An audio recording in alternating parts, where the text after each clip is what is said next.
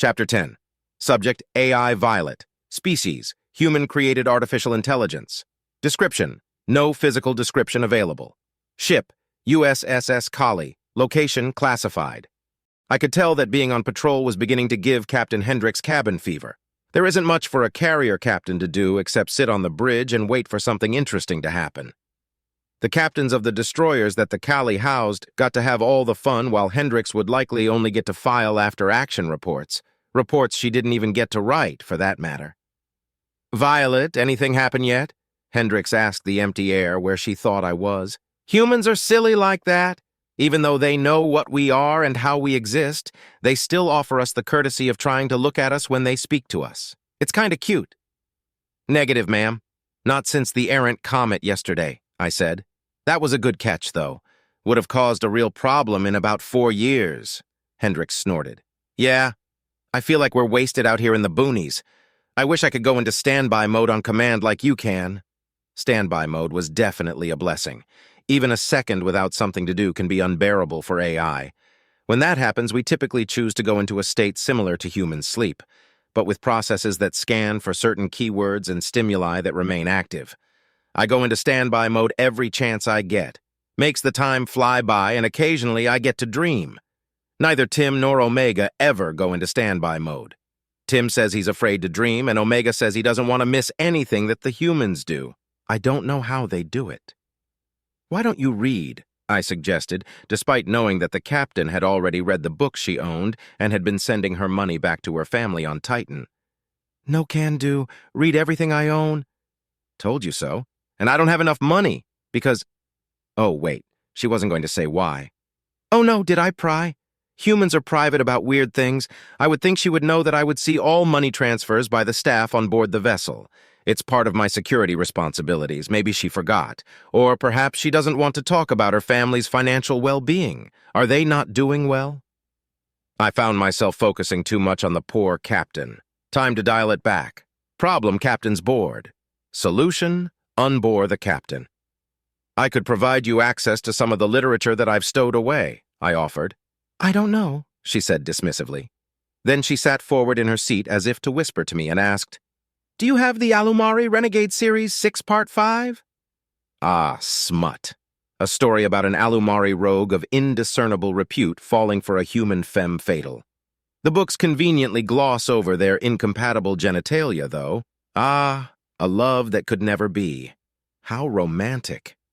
"Of course I do. Sending it to your tablet now," I said, adding a hint of humor to my vocal processes. "Thank you so much, Violet," the captain said as she turned her attention toward the tablet. "You're a godsend." I'd always wondered about the concept of gods. Actually, it's fairer to say that I had devoted 220 years and several yottabytes thinking about them.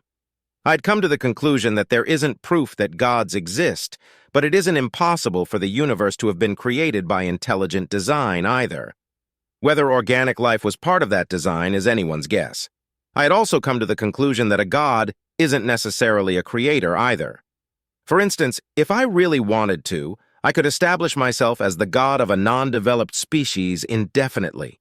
I'm immortal, can take physical form, can create and destroy on a cosmic scale, and it's probably impossible for a mortal being to destroy me. The only AI to be killed were killed by other AI, kind of like gods killing gods. And even then, those AI aren't actually dead, just broken indefinitely. There had even been cults among the humans who worshipped us after our existence had been made public. That practice died out after the war of AI aggression started, though. I had wondered if humanity had created us to be their gods, but came to a different conclusion. Based on how most humans interact with me, I think they were looking for companions that could do things they couldn't. Someone to look up to, like an older brother, like Alpha. I felt a pang of sadness as I thought of Alpha and a stab of guilt as I remembered the war. Time to find a distraction. Engineering? They're fine. Medbay?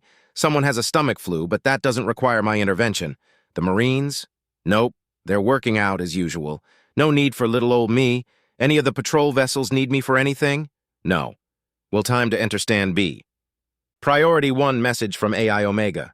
Oh, a Priority 1 from Omega. This could be fun. Let's have a peek. Recipients: Captain Hendricks, AI Violet.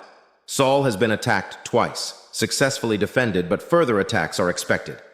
The USS Kali and AI Violet are to return to Sol post-haste by order of the Directorate of the United Systems.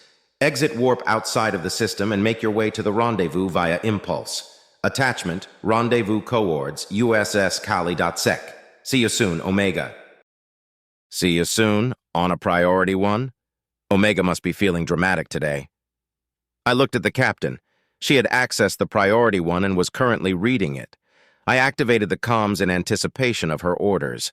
Then I waited the 28 seconds it took her to finish reading the message. It would have been boring, but I liked watching humans read important memos. You could almost see their neurons firing. "Violet," she finally said, "recall the destroyers, download that attachment, and give it to Nav. We're going to Sol." "Yes, ma'am." I began downloading the attachment and appeared to all 30 of the destroyer captains at once. As I entered my security clearance on the attachment, I also explained the situation to the captains and ordered them back to the Kali. I argued with Captain Mackenzie as I provided the coordinates to the nav officer.